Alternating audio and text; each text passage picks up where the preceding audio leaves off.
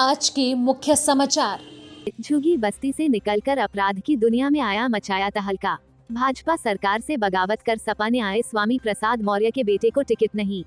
Mumbai underworld में कई don हुए जिनका कारोबार खौफ के दम पर कई सालों तक फलता फूलता रहा, लेकिन इन अपराधियों के बीच एक लड़का झुग्गी बस्ती से निकलकर अपराध की दुनिया में आया था, जिसका नाम अरुण गवली था। ये वही गवली था जो बाद में जुर्म की दुनिया में सुपारी किंग के नाम से मशहूर हुआ। अरुण गवली का जन्म महाराष्ट्र के अहमदनगर जिले में हुआ था। अरुण के पिता गुलाब राव मूल रूप से एमपी के खंडवा के निवासी थे, जो साल 1950 में नौकरी के चलते मुंबई अहमदनगर जा बसे थे। मिल में काम करने वाले गुलाब राव की नौकरी छूटते ही अरुण का स्कूल भी छूट गया और फिर वह शक्ति मिल्स में नौकरी करने लगा। मिल में काम करने के बाद से ही अरुण छोटे मोटे गैरकानूनी धंधों में शामिल हो गया। इस दौर में मुंबई दाऊद इब्राहिम, करीम लाला, हाजी मस्तान और वरदराजन जैसे डॉन के नाम से जानी जाती थी। लेकिन अरुण जैसे जैसे जुर्म की दुनिया में आता गया, वैसे वैसे मुंबई खाली होती गई। 80 के दौर में अरुण गवली अपने साथ पढ़ने वाले रामा नाइक और रेशम बाबू के साथ आ गया। उस वक्त रामा और रेशम अपनी गैंग के जरिए वसूली, फिरौती और तस्करी का धंधा करते थे। इसी साल डॉन वरदराजन भी चेन्नई चला गया। करीम लाला ने 1985-86 में जुर्म की दुनिया को अलविदा कह दिया था। अब मुंबई की जुर्म की दुनिया में दाऊद इब्राहिम और पनपता हुआ रामा नाइक, अरुण गवली का गैंग ही बचे थे। 1986 के बाद दाऊद इब्राहिम अब पूरी मुंबई का बेताज बादशाह बन चुका था, लेकिन 2 साल बाद 1988 में दाऊद भी दुबई चला गया। दाऊद के जाने के बाद एक पुलिस एनकाउंटर में नाइक को मारा गया। अरुण को शक था कि दाऊद ने ही उसकी मुखबिरी की थी। इसके बाद वो और दाऊद जानी दुश्मन बन गए। 90 के दशक में अरुण गवली ने अपना सारा धंधा अपने घर यानी दगड़ी चाल से शुरू किया। हफ्ता वसूली, रंगदारी और सुपारी किलिंग अब गवली का मुख्य धंधा हो चुका था। साथ ही अरुण गवली को लोगों के बीच सुपारी किंग के नाम से भी जाना जाने लगा। एक समय आया जब उसे लगा कि कानून की हाथ उसकी तरफ बढ़ रहे हैं। ऐसे में साल 2004 में एक पार्टी अखिल भारतीय सेना बनाई और विधानसभा चुनावों में कई प्रत्याशी भी उतारे। खुद अरुण गवली ने चिंचपोकली से चुनाव लड़ा और जीता। सुपारी किंग अरुण गवली अब विधायक था, लेकिन उसने शिवसेना के कॉर्पोरेटर कमलाकर जामसांडेकर की हत्या करवा दी।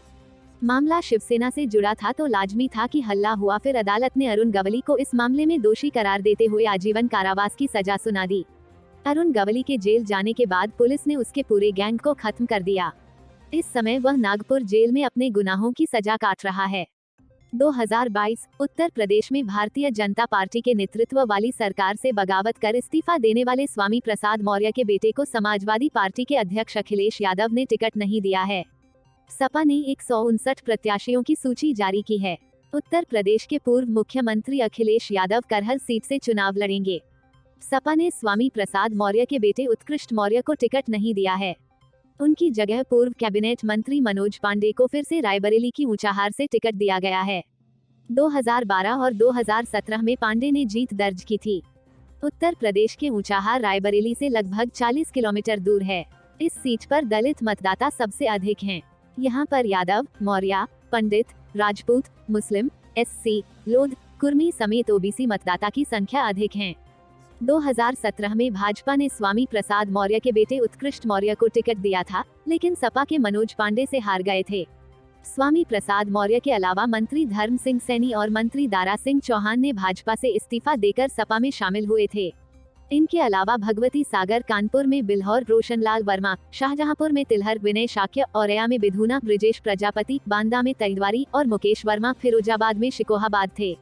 अन्य पिछड़ा वर्ग ओबीसी की मौर्य बिरादरी से ताल्लुक रखने वाले स्वामी प्रसाद मौर्य 68 मूल रूप से प्रतापगढ़ जिले के चकबड़ गांव रहने वाले हैं। उन्होंने 1980 में सक्रिय रूप से राजनीति में कदम रखा और लोकदल के नेता के रूप में उनकी पहचान बनी। बाद में जनता दल का गठन होने के बाद वह 1991 से 1995 तक उत्तर प्रदेश में जनता दल के महासचिव पद पर रहे। इसके बाद वह बहुजन समाज पार्टी में शामिल हो गए।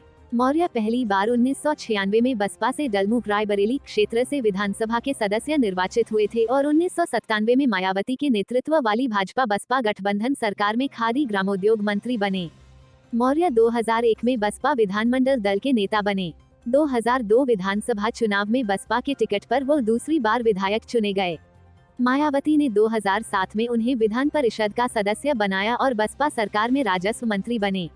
मौर्य बसपा के प्रदेश अध्यक्ष भी रह चुके हैं।